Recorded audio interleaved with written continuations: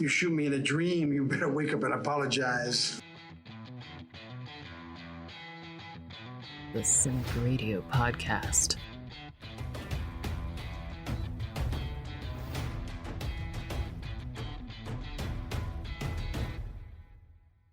Hi, I'm Chad L. Coleman, Tyrese from The Walking Dead, and Cuddy from The Wire, and you are listening to the CINIKRADIO podcast. Here your host, Cinik. We live in great times because the internet has given the world a voice, but other than complaining, it seems like they have absolutely nothing to say. Igrihe. It's going to be a really good time. And Ryan. Batman vs. Superman is objectively better than Infinity War. IG, did we just forget Kim? You guys completely suck. This is the greatest show of all time. And this is episode 114 of the CRP, and the gang has assembled to break down Marvel's latest blockbuster, Spider-Man Far From Home. So like, listen, subscribe, but more importantly, don't go on vacation and forget to pack your spider suit. The impact of Endgame was felt almost immediately in Far From Home as Peter's High School's news team talk about not only the heroes that were lost, but the people that were affected on a personal level by the event. IG, did Far From Home adequately handle the job of this chaotic event, explaining it, showing it how it affected the everyday man? And would you watch a show centered around just the event alone and how it affected everyone? I would watch a show based on the actual blip, as they called it, itself, and what everybody's going through, coming back, and your little brother or sister is now your big brother or sister. You didn't age a day. All of that just seemed hilarious. And I like how they gave it a name, because they summed some things up very quickly just by calling it the blip. And I think it was just genius how they did it. And it really, really worked very well. Because I think if you'd have over-explained it, spent too much time on it, it would have drugged the movie out. But they hit it and quit it and just moved on. And I thought it was a great way to do it. Well, my question is, what happened to the people that were in airplanes when this went on? Did we just have hundreds of people falling from the sky? And yeah, that's what I was thinking. Like roller coasters. Does it account for I guess it doesn't, or does account for the movement of the Earth in space? Because like people ended up where they were. But I'd be charitable and say that the person who, I guess it would be the Hulk. Like when you snapped everyone back into existence, somehow there was a caveat that everyone be return in a safe manner. But I actually didn't like the way they handled it. I feel like that the blip. So, although on a side note, it was effectively the leftovers without everybody returning, right? Regardless, I feel like the blip in our world or in any world would have been such a cataclysmic, insane event. And then the return of everybody would have been so insane that I feel like it had a tough job, because this is effectively a comedy and you're dealing with just the most insane, newsworthy thing to ever happen. And it was basically glossed over. Kind of had to, because it was, again, this movie is kind of a comedy and it's not going to be dealing with the heaviness of it. But I feel like they were kind of in a tough spot where it had to be the first movie to deal with the aftermath of the blip, but it just treated it as a comedy, which is funny for the first 5 minutes. But then effectively it was just like, all right, no, that's it, back to the real world. And I don't think it was given really done justice. Well, Ryan, I know if the aliens come back, does anybody have a plan? I know we lost a few big name Avengers during the Endgame, but wasn't there 50 or 60 superheroes standing around on that battlefield? There were a few things that bothered me, and that absolutely did. The idea that he was the only one to go to really didn't make sense, and he shouldn't have been the first person to go to. And yeah, it's like, go to Black Panther, go to any number of people. He did, Spider-Man's great, but he's effectively just super powered, so there's no reason that they couldn't, they have, why not go to Scarlet Witch? It was odd that he was the guy and it was only him, and they never really explained it. I know that, we're not going to touch on the end credits yet, but even that doesn't quite adequately explain why he was the only person to deal with this. So I think there were a lot of issues just surrounding how they set the movie up that just didn't quite make sense. I feel like, it could have gone through another edit of the screenplay to kind of iron some of these things out. Now, Kim, you're big on continuity. And not only did we learn that Peter was a stiff public speaker, but we also found out that Mae and Happy are now dating.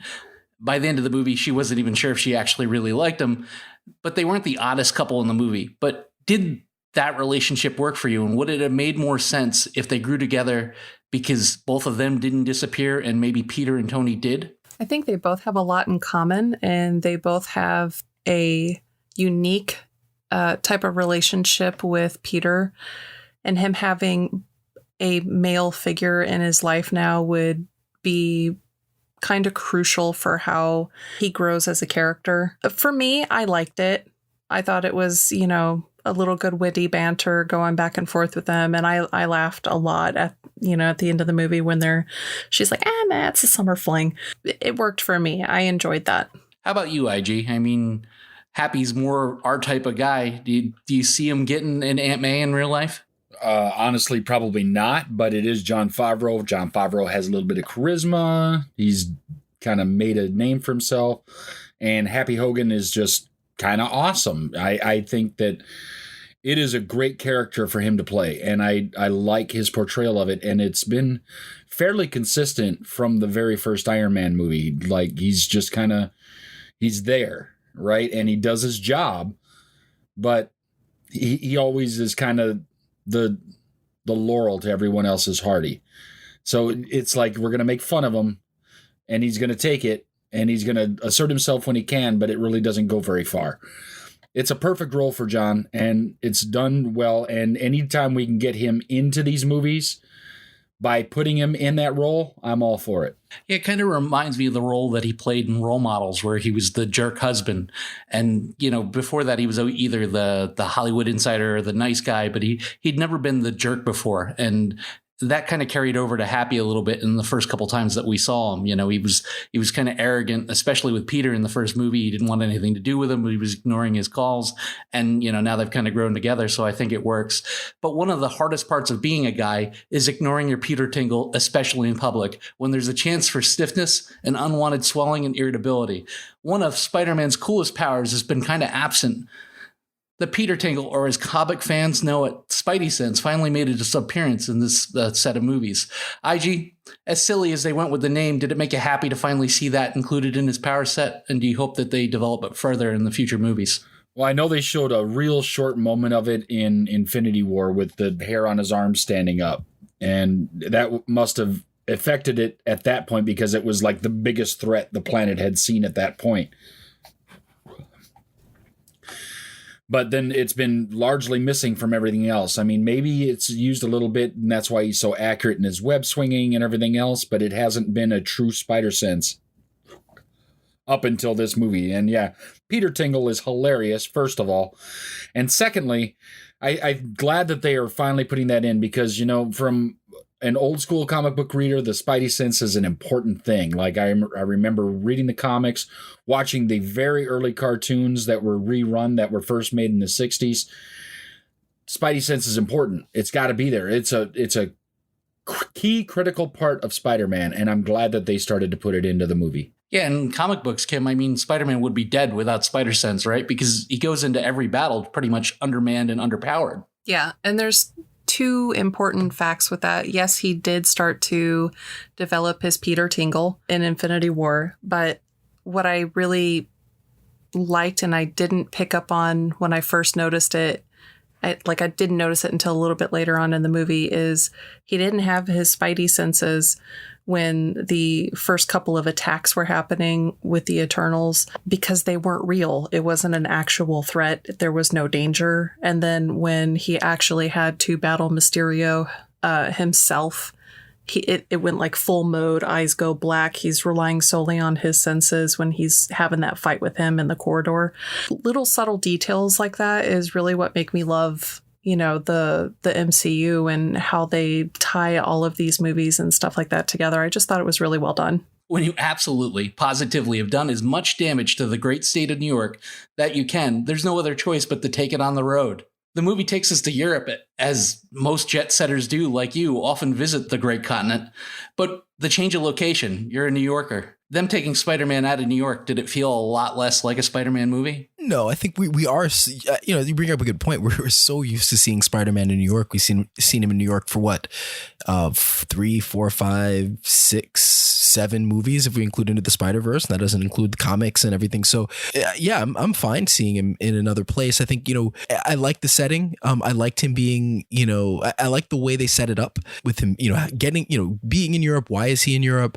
And no, it very much felt like a Spider-Man movie because he was still with his class. He was still with his family. He was still, it was his school it was his world, his very small world in a lot of ways transported to another continent, but it still felt like Spider-Man because he still had MJ and he still, he had everyone there. He was communicating with Aunt May. So yeah, even though it was in Europe, it still very much felt like a Spider-Man movie. That's one of the really good things about it is that they were able to kind of, kind of transplant him somewhere else, but they didn't take like the New York out of Peter Parker. What do you think, IG? Spider-Man in LA or St. Paul, Minneapolis? Or would it feel the same for you, or did it feel the same for you seeing him outside the friendly confines of Queens and the borough of Manhattan?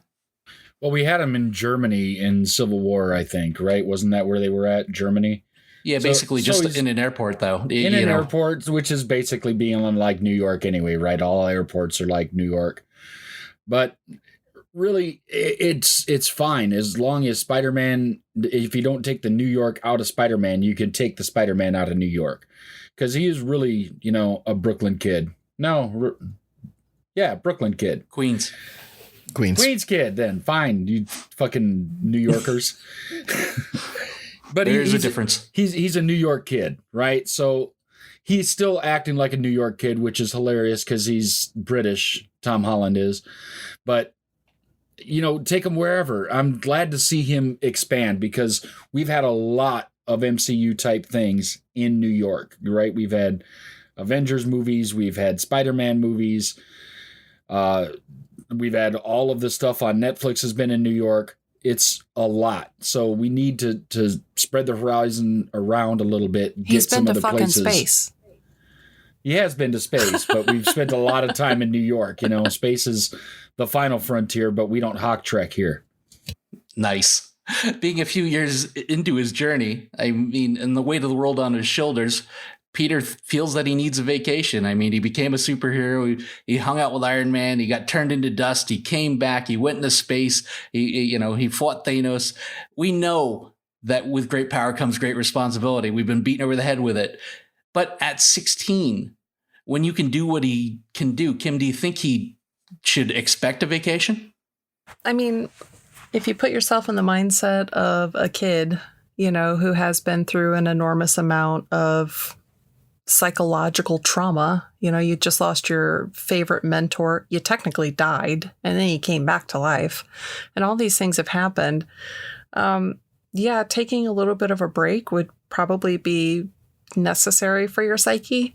But when somebody like Tony Stark trusts you with billion-dollar technology and appoints you as like his, like the son he never had, and puts that kind of faith and trust and names you as an Avenger, you don't walk away from that. IG, even in death, Tony Stark casts a large shadow, more so maybe than even when he was alive. But if you're a Peter Parker, do you accept that you're always going to be in his shadow and try to forge your own path? Or do you try to be the next Iron Man? Well, I don't think that his choice is just to be the next Iron Man, because there will most definitely be another Iron Man. But it's not going to be somebody who is superpowered themselves. It's going to have to be a tactician, somebody that can handle technology, things like that. And Peter can do those things. But he's also got honest-to-goodness superpowers. So it kind of puts Spider-Man in a league of his own, and he needs to be able to just be Spider-Man. And I'm perfectly happy with him being Spider-Man. While I like the Iron Spider suit, I don't think he needs all that. Like, he needs to be Spider-Man in a Spider-Man suit. Well, I'm going to go out on a limb here because in the comic books, I know that at one point Frank Castle becomes Iron Man. And I would love nothing more than to see John Barenthal come back as the Punisher and play in the Iron Man role. What do you think, Kim? I think that'd be great. I would love to see that.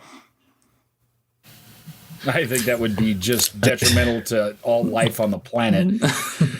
Because he as effective as the Punisher is in the Punisher series, like everybody would die. Like everybody, because he doesn't have an Iron Man suit and he's killing everyone. That would be bad. Yeah, we're also talking about a multiverse. So at some point, somewhere in the MCU, there is an unlimited amount of possibilities and people and characters that are doing everything. Odds are it's probably happened. So I think that like there are different layers of what Tony Stark means. I think you've got the, who's the technical, the brilliant scientist who's only human, which I think Shuri probably fills that void. But then you have the kind of charismatic leader of the team, the person that can kind of keep them and the Avengers together. And, in that way, I think that could be Spider-Man down the road, but I think he's a little too young for that. So it might have to fall on like a Black Panther or Doctor Strange. But then also you have like Iron Man for the MCU. So kind of in a meta level, like who takes that mantle? And, we talked about this last week that, the MCU has grown so much that I don't know that they need a Tony Stark or a Robert Downey Jr. or an Iron Man to carry the load, because it seems as if they've built enough kind of credibility with us that we'll go see anything, and if they do this for a while, as long as they don't put out a few stinkers, we're going to trust that they're going to do well and these movies are going to make a lot of money. So I think a lot of that also, just answering that, depends on kind of what aspect, what do we want out of the quote next Iron Man? Even dead, I'm the hero. The Edith glasses. If Stark was anything, he certainly was modest. But Ryan, after hilariously ghosting Nick Fury, he tracks down Peter and gives him these glasses, which are basically more powerful than some countries' armies. Does that seem like an awful lot of power to give a bumbling 16-year-old that can't really shoot his web straight? Yeah, it is a short answer. I mean, it's clear that, Peter Parker is like a prodigy, and he, not only does he have powers, but he has the intelligence to be the greatest hero and to be somebody who can lead the Avengers against whatever threats there are. But he's not that person at this point. And so to give him that kind of power, it's just he's not mature enough to have it. And he shows us that he's not mature enough to have that kind of power. And, it's not that he is malicious, but he, almost being too altruistic, almost gives it to the worst possible person. So I think, that didn't make sense. And for somebody as smart as Tony Stark, it's not a move that he should have made right away. It seems like that's something that, maybe he gives him in 10 years, or sets a date, but to kind of have it like, all right, when I die, goes to Peter Parker. That didn't make sense and wasn't a smart move. And I think that plays out in the movie that it wasn't a smart move. Well, I mean, at one point the glasses were laying on the floor, right? I mean, he's like, those are the Edith glasses on the floor. Yeah. What do you think, Kim? Was it too much responsibility too quickly? Well, it's like what Happy says at one point in the movie. Tony always second guessed himself. He always, he was an absolute mess. And I think that as far as smarts go, Tony actually as a character saw a flicker of himself in Peter Parker. And I think that when he had the glasses, yes, they were on the floor. Yes, Mysterio pointed them out. Got to remember, he's a kid. And this guy comes to him as a friendly, fatherly type figure and finds him at a weak, depressive point where he's vulnerable and kind of plays off of that in order to get him to feel warm and fuzzy. You know what I mean? To make him feel as if though that's the right thing for him to do. And he made a mistake, of course, and you can't learn from that unless you actually have those mistakes that be made. And Tony even told him that twice in previous conversations. Well, and let us not forget that Peter is 16. When we caught up with Tony at the beginning of the Iron Man series, he was late 20s, early 30s. That's a big age jump there. There's a lot of maturity going on, even though Tony didn't always act mature. I mean, the difference between 16 and 30 is worldly. What do you think, IG? Now, lest we forget, we've said over and over that Peter is 16. Now, earlier in the movie, while Peter is actively ghosting Nick Fury, they zoom in on his phone when he's getting a phone call, and it's got a crack in it. I love that. That tells you exactly that if you give him the Edith glasses, you're tempting fate. How long are they going to last? Like, the kid has these are glasses. Like, how many pair of sunglasses have each one of us lost in our lifetime? I could probably fill a semi-truck with the most of the pairs I've lost. and you're going to give the only pair in existence to Peter Parker and trust that he won't break them, won't lose them, won't just drop them and step on them. I mean, his phone's broken, and they made a good point. Like, it was close up. They made a good point of showing this cracked screen.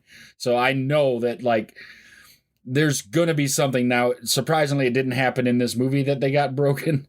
But if they go into another movie, they're definitely going somewhere. I hope he's going to take some of that money from Stark and make a new pair. Another important thing is, when did he actually gift it to Peter? Because there's 5 years after the snap or the blip in which Peter just assumes, and Tony would just assume that Peter's dead.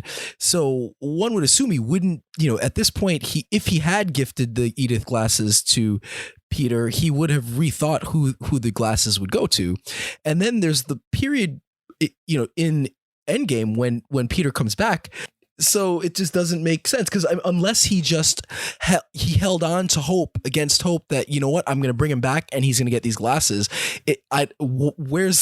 When did he decide to gift it to him? And did he just forget about it? Did he give up on it? Like, it's just a little confusing. And it's nitpicky, but it's weird. You're overthinking it, man. This is comic books logic, man. Come on. Speaking of ghosting people, much like IG does to me every time I call him, I'm going to do a quick poll. IG, which superhero would you totally ghost, and which one would you love to talk to? Ooh, ghost. Batman. I'm going to ghost Batman because he's, the world's greatest detective, and I'm going to just see if he can track me down. Talk to, Tony Stark, just because he's hilarious and he's smart and he seems really generous. And if I say I like a potato gun, he'll give me the world's best one. So, whatever. Like, he's, millionaire, billionaire, genius, playboy, philanthropist. So he seems like a fun one to talk to. How about you, Kim? Who would you ghost and who would you talk to? I would probably comic character. I would probably ghost Loki, but I would want to talk to Thor. Ooh, Brian Brothers. I'd want to talk to Deadpool because I feel like it'd just be hilarious the whole time. I probably wouldn't get anything serious out of him, but it would be fun. And who would I ghost? Maybe Kilgrave, because I don't want anyone no, he doesn't go into your mind, so maybe that doesn't. Yeah, I would still ghost Kilgrave. I wouldn't want him to control me and make me do something I don't want to do. I think it's a tie for me. It's I would talk to either Peter Parker or Deadpool, and I would completely ghost Hulk because he's just going to scream the whole time he's on the phone with you. And I've got enough people in my life that already do that to me. The man in the chair had quite the summer. He's now a world traveler. He was tranquilized by Nick Fury, and now he's even a ladies' man. Besides being the master of stating the obvious, Kim, are you buying the Ned and Betty as a couple, even for a second? And how do you cope when you're around a couple that is babying it up every 10 seconds? Oh my God, it makes me want to puke. I can't stand that kind of people. I'm sorry. The overly obsessive, like they've been dating for 30 seconds and they're just PDA, whatever. I can't tolerate that. I wasn't buying it for a second. And to be honest with you, it kind of made me feel like those weren't actually them. Perhaps maybe they were Skrulls too. Who the hell knows? I don't know. I wasn't feeling it. Ned just bothers me because he's overweight to the point where it doesn't look like there's a bone structure, as if you could just pick him up and just pour him into any container and he would fit into him. I'm not buying Ned dating anybody other than maybe one of those big family-sized Snickers bar bags. I can't stand that overly cute couple. When you're alone with your special lady friend and you're baby talking it up, whatever, you got to do what you got to do to get some loving in this world. But when you're out in public, come on, think of other people. Nobody wants to hear that baby talk stuff. How about you, IG? Are you a big fan of the baby talk? Not in public, no. Doing some cutesy shit in your home behind closed doors when it's just you and your other, great. But, you get out in public, you need to behave like you've been in the end zone before. Besides Peter being completely ill-suited for these tasks against these elementals, Nick Fury berates him. He just berates Spider-Man at every turn. Ryan, do you think he's channeling his inner Jules Winfield, or maybe the circumstances that we find out later in the movie might be attributed to Nick Fury's behavior? Yeah, I mean, I have a lot of questions on that, which I think is frustrating because, like, it seems like he is, he's Nick Fury, but with a little bit of an edge to him. But then with what we find out later, what does he have like how does he develop the personality to go with it, yeah, he's pretty aggressive with him, and to which it's like, well, you're the asshole because you're trying to get the 16-year-old kid to do all this stuff. Like, it's on you. So, again, it's like you've got access to all these superpowered people, and you're going after the 16-year-old who just wants to go on vacation and just wants and clearly is check out. But there's a global level threat, and yeah, I guess we do get somewhat of an answer. Towards the end, but the whole thing was just weird. His relationship, but I love Samuel Jackson's performance as Nick Fury. I thought he was the best part of Captain Marvel, but I wasn't quite buying it, and it just seemed like he was just making all the wrong decisions, throughout. Now, Kim, we had a heavy Iron Man presence with Happy being there, and then Nick Fury with the Avengers presence. Do you think we'll ever get a Spider-Man movie where it's just Spider-Man? I don't know. I think there's always going to be that influence. The one presence that I really felt in this movie was the lack of a Stan Lee cameo. I didn't see it. It was the first time in forever that there wasn't one. And so that actually kind of made me a little, I guess somewhere in the back of my mind, I was kind of waiting for that little, 3-second pop in to, come on screen or whatever. Because I thought the rumor was initially that he had already pre-recorded like the next 5 appearances or something like that. And then it didn't happen. So that kind of bummed me out. But I think there's always going to be some form, even if it, kind of dwindles down to just Easter eggs of Tony Stark being in the Spider-Man universe, because he's that much of an influence on the actual character. And I think it's a driving force behind why he wants to do what he is learning how to do. Well, it's not bad enough that you try to be a superhero, but then you've got to walk a mile in Stark's massive boots. And now you have the responsibility of cleaning up his messes from his disenfranchised employees. IG, enter Mysterio, a soldier from another universe, here to save the Earth. Okay, maybe not so much. But based on his given reasoning, could you sympathize with Quentin Beck and his merry band of malcontents after Stark's mistreatments? Could you understand where they were coming from and why they might have shifted to the more dark side? No, because it's just a job, man. Like, if you're that good, if you can develop that much tech, if you're that smart, you can take your talents elsewhere. You can go, take your talents to Miami Beach and go join the Heat, just like LeBron did, because you can get something else done. How many people in the tech world have jumped ship and left somewhere else and started something new? It's happened everywhere, and you can make a new way in the world. Are you really going to hold so much of a grudge against a person who, by the way, is now dead, that you're going to try and do all this crazy shit all over the world? It seems a little far-fetched. So no, I thought it was pretty weak. And, them trying to play Mysterio for a good guy at the beginning of the movie, like anybody that has read comic books for any length of time, especially Spider-Man comic books, Mysterio's a bad guy. He's always been a bad guy. He's always going to be a bad guy.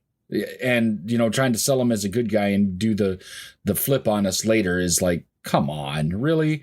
So I don't know. Some of that bothered me a little bit. I mean, I tried to just roll with it and go, yeah, maybe, okay, different universe, multiverse, blah, blah, blah. I just still didn't really buy it. Something didn't seem to pass the smell test. Well, they know the ins and outs of Stark Tech. I mean, they know the whole company. Ryan, wouldn't it have been easier, rather than doing all this, just go in and steal one of the 8,000 Iron Man suits that are probably laying around and just go that route? Yeah, there were a lot of things that bugged me about his motivation. I thought I loved Jake Gyllenhaal's performance. I think he was clearly having a lot of fun with it, but I feel like they gave him pretty crappy motivation and at times pretty crappy dialogue. But it didn't feel real or earned. It didn't feel like he was really, like, he really should have been that upset with Tony Stark. And then so what does he want? So he wants to be Tony Stark, or he wants to, it just didn't make sense. And if he's that brilliant, why couldn't he just create his own tech?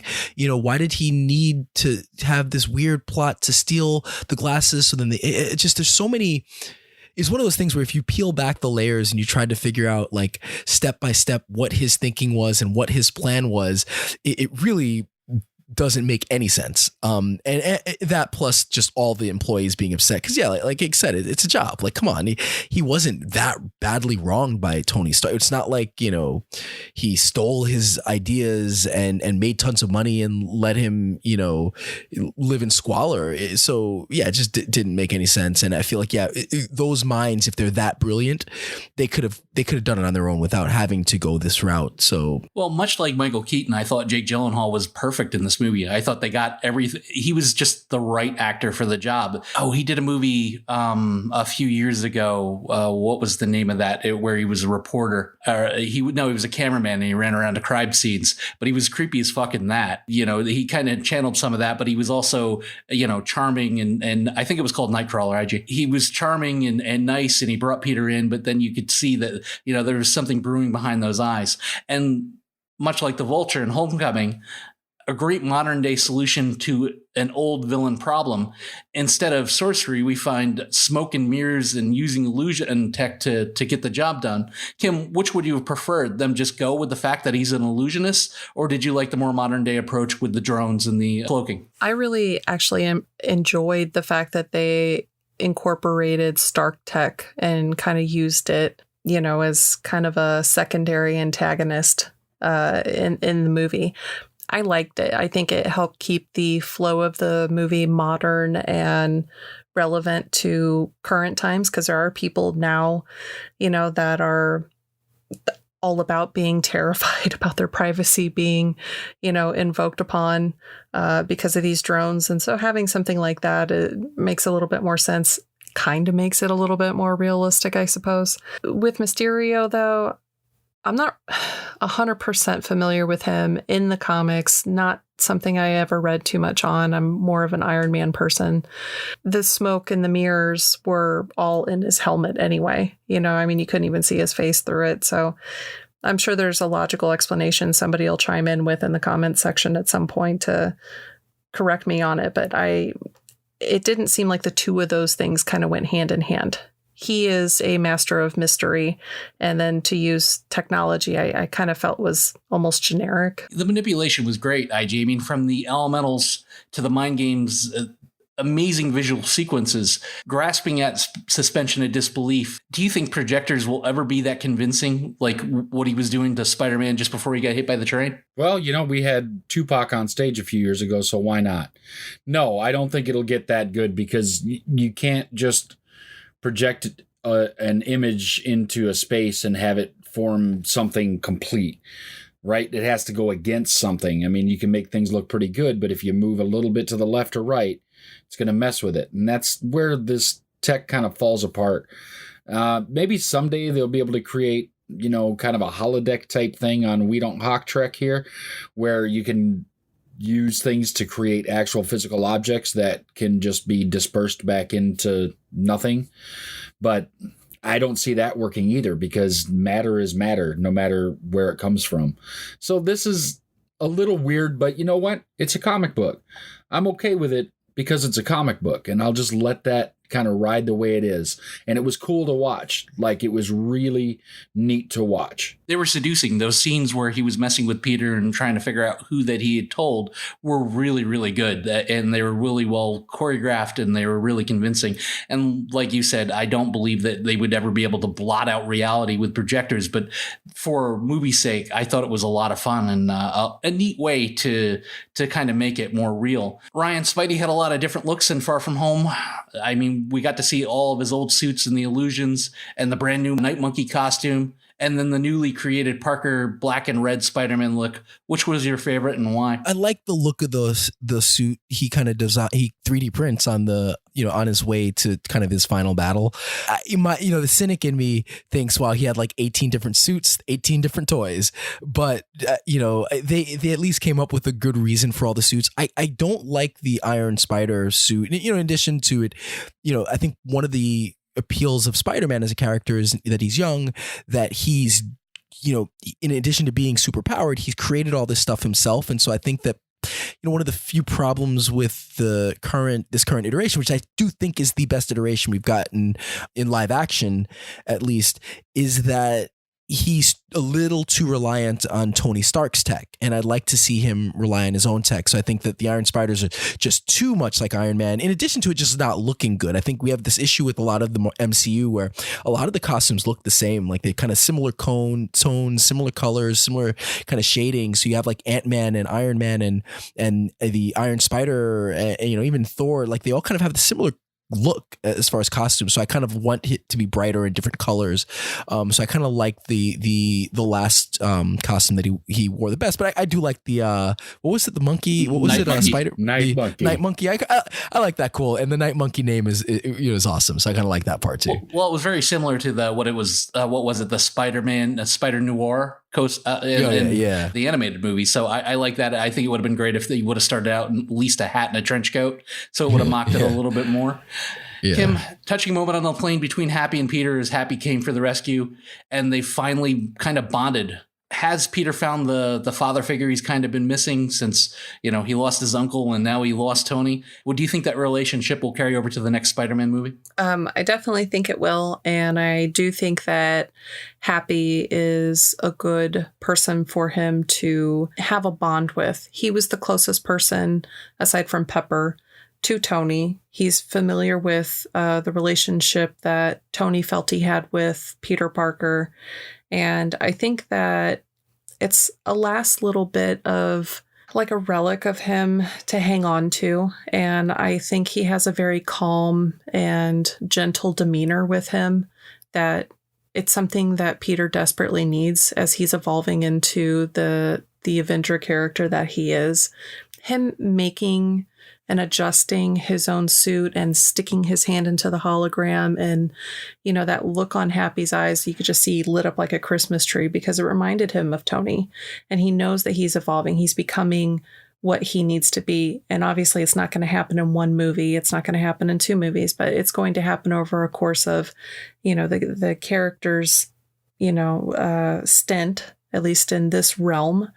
And he's coming into his own. And I love that whole scene where he's like, take this down to 20%, do this. And, let's give me control over this. Like, it was him finally accepting, I have some sort of control over how this happens. I'm not just going to allow the suit to tell me what it can do. I'm going to decide what the suit can do for me.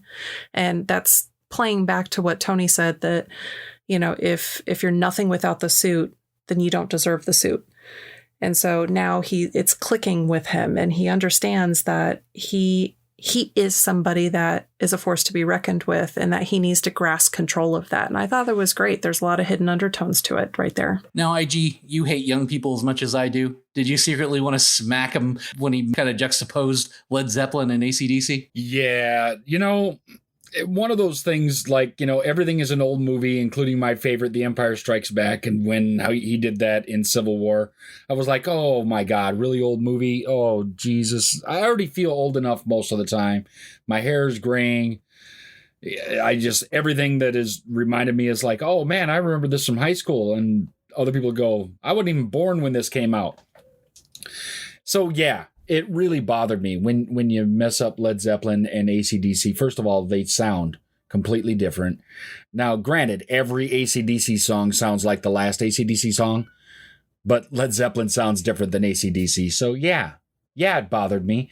I'm a music file just like you are. I love music, and they're two of my favorite bands. So yeah. Bothered me a lot. Ryan, go down the path with me. What if Spider-Man does become the next Iron Man? I mean, not in popularity or box office growth, but I mean, what if he inherits all the Stark tech and money? Will we lose some of what makes the character lovable, that working class underdog? Yeah, I think we do. And I think, unfortunately, it's kind of the price that we've had to pay. We kind of sell your soul to the devil a little bit we got him into the MCU, which means we got a version of him that is, to me, again, better than any version we've gotten before. But the price to pay for that is that he's being put into a world that is already 20 movies in, just by the nature of where the MCU is, he can't just be your friendly neighborhood Spider-Man. And so I think it's going to be really hard for them to do that, especially given the tech he has access to, the world he's in, and the kind of caliber of hero he is. Like, so you're going to go from a guy who's literally fighting the most dangerous person in the world in space, and then fighting elementals to being the friendly neighborhood Spider-Man. I think that's gonna be a really tough sell. To some extent, they do some things that make me interested to see where they go with the character, but I do think it's kind of one of those you can't put the toothpaste back in the tube moments where he is a huge hero. And so we're going to lose, I think we lose that aspect. And so he is a big hero. He will have access to huge tech.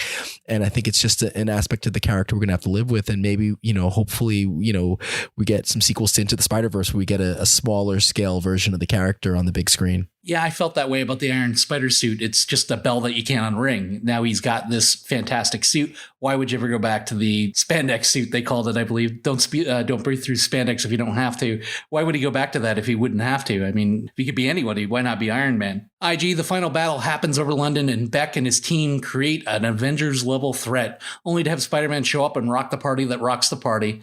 Was the build-up worth the payoff in this final battle? I don't know if the buildup was there, but the payoff certainly was. I think the way that they showed Spider-Man dealing with the threat there, him using his new suit, everything there was shot beautifully. It was choreographed well. It was really just fun to watch. So, again, my biggest problem with this movie is what they're trying to do and why they're trying to do it. So the buildup for me was a little weak, but I was excited because it's Spider-Man, and it's a really, really well done Spider-Man movie.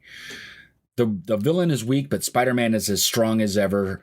I love the acting, and this final battle that he heads into was just a sight to be seen, and I really enjoyed it. I loved how he decided to play with it, because it showed that he's really coming into his own with his ability to plan and plot and come up with what he's going to do. He had to finish the battle up without webs, which means he had to go hand-to-hand on the drones, and when he got to Mysterio had one more trick up his sleeve, and luckily his Peter Tingle was on par because he sniffed it out, and he got a hold of the gun before anything bad could happen, and they win the day. We cut back to the United States. Everybody survives. The whole class gets to go home, and MJ and Peter are finally a couple at the end of the movie. Does the quirky, awkward MJ from the movie fit young Peter better than the model MJ from the comics, Kim? I loved her in this movie. She's got that dry, kind of dark sense of humor, and I didn't feel it with Kirsten Dunst at all. I felt that she was just like dry as a cracker and just absolutely no charisma whatsoever. I did not like her as an actress, and I know I'm tearing her apart, and she's been fine in other things, but I just think that this version of her couldn't have been better. They couldn't have cast it better. I like her little... like when they're walking across the bridge, it's just like, yeah, they used to put people in baskets and drown them off this bridge. But, hey, sup, like just that whole sense of humor. I actually really liked it. I loved it. And I was really happy to see that, the way that she kind of called him out on, your Spider-Man. Well, I've basically been doing everything. I figured it out myself. I liked it a lot. I think it added a lot of zing to the storyline that otherwise it would have kind of fell flat. But it's that chemistry that was lacking. And I think she filled a void that we didn't know we needed. And I like that too, because she's beautiful, but don't tell her that, because it doesn't add to her value. She's smart and she's sure of herself, and that's great. I mean, and she looks great laid back, and she looks good when she cleans herself up. It's just a perfect match to me. I like her better than any of the other MJs that we've gotten, even in the comic books or in the movies. I enjoy her portrayal of the character. I kind of hope it continues forward, and maybe the Green Goblin doesn't drop her off a building or anything.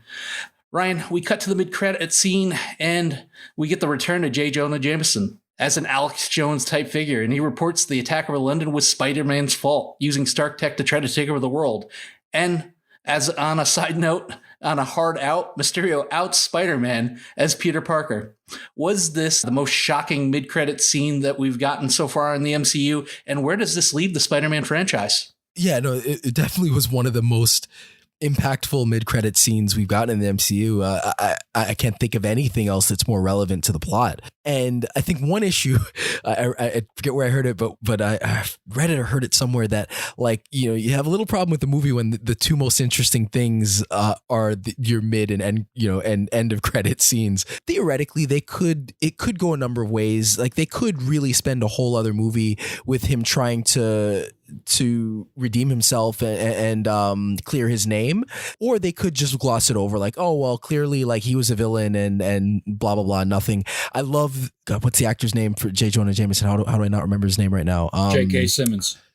J.K. Simmons. I love that they got him back. He is, there, nobody has ever, outside of Christopher Reeve, I can't think of a comic book casting that is better. Like, he's just perfect for that role. I hope they pay him whatever money he wants to be in the next movie, and especially kind of to a modern Alex Jones-ish type. I mean, it's just perfect.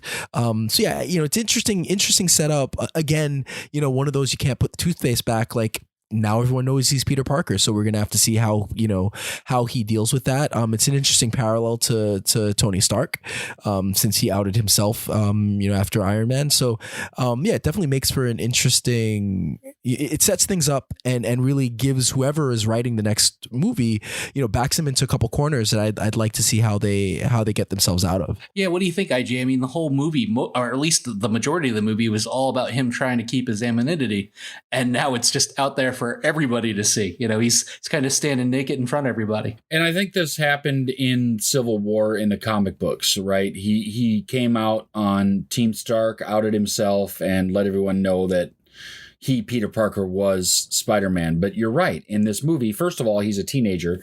So really protecting his anonymity is really important because, we have all these things about children and how they're allowed to be exploited for media and everything else. You have to sign releases and everything else. But on the other hand, you have other things going on here. And my favorite part of everything else going on here is his line at the end, just like Aunt May in Homecoming, where he goes, "What the foo?" and into the next part of the credits. That was great. And to go back to J.K. Simmons, he is one of the greatest actors alive. Simply put, just the greatest actor alive. He started out on a HBO show called Oz, and he played basically the head Nazi in this prison. And he was amazing in that. And I knew he would go on to big things. And I believe, didn't he win an Academy Award for Whiplash? Like, he was amazing in Whiplash. Everything that guy does is stupendous. So to come on and just play this bit role as, this angry Alex Jones type character, it really made me laugh. And it worked the first time they did it in the Tobey Maguire movies, and it definitely worked now. Kim, your thoughts on the final credit scene, the big Fury and Hill reveal, and Fury's location, the movie, and your rating? I think overall, I'm going to give the movie a 9. I would almost give it a 10, but there was a couple of things that I thought was just ridiculous. Like, I'm just, Tony Stark, who I love so much and I keep crying about, just gave me these, access to the most dangerous technology on the planet. But hey, you look nice. I've known you for a day. Here you go. You can have them. I really hated that. That really got my goat. And even if he was 16 years old in the movie, you're retarded, kid. Stop it. I think with the end credit scene with Fury and he's sitting in front of that projection screen on a ship with all of these scrolls, that have been saved at the end of Captain Marvel, we knew that there was 1,000 others, right? They talked about Torfa. They talked about, there's other ships like ours that are out there. We have to find them. And so this kind of makes me feel like this is going to tie into the Asgardian movie. This has got to tie in at some point. And I think that this is going to be a Thor, Peter Quill type of thing. I think there's going to be a clash of these two things coming together. I love the movie overall. I'm glad I was able to go see it. And I think everyone else should too. It was just really good. It just makes you feel good when you see it. So I'm not as high as I think everyone else is going to be on the movie. I think it was a really fun movie. It was really enjoyable, but I think unfortunately or fortunately, we got Homecoming and we got Into the Spider-Verse. And to me, those raise the bar for what to expect from a Spider-Man movie. And I think if those movies are 9s, Spider-Verse may, again, like Homecoming is like 8.5, 9, depending on the day. Spider-Verse is, I just watched it again. I mean, it's a 9.5. It's such a great movie that it's a little hard for me to kind of rate this in that ballpark. I just don't think, I think, there's just enough wrong with it that it never quite lives up to that feeling that I got from Homecoming of it just being a fresh, new, interesting Spider-Man. And yes, Tom Holland's great. And I really liked, everyone's performance. I think the performances are all great. I really love the kind of romantic comedy aspect with him and MJ. I think that's done beautifully and done really well. And they handled it, as well as you can handle like a situation like that without it being kind of too over the top or too ridiculous.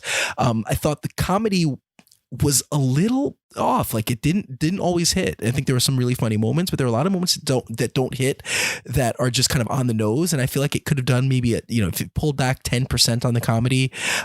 There were just other kind of unrealistic scenes, even in a situation where we're obviously in a world with superheroes, but the motivation for the villain just wasn't quite there. And then once he turns, he had some of the worst dialogue and just some really bad, like comic book villainy dialogue.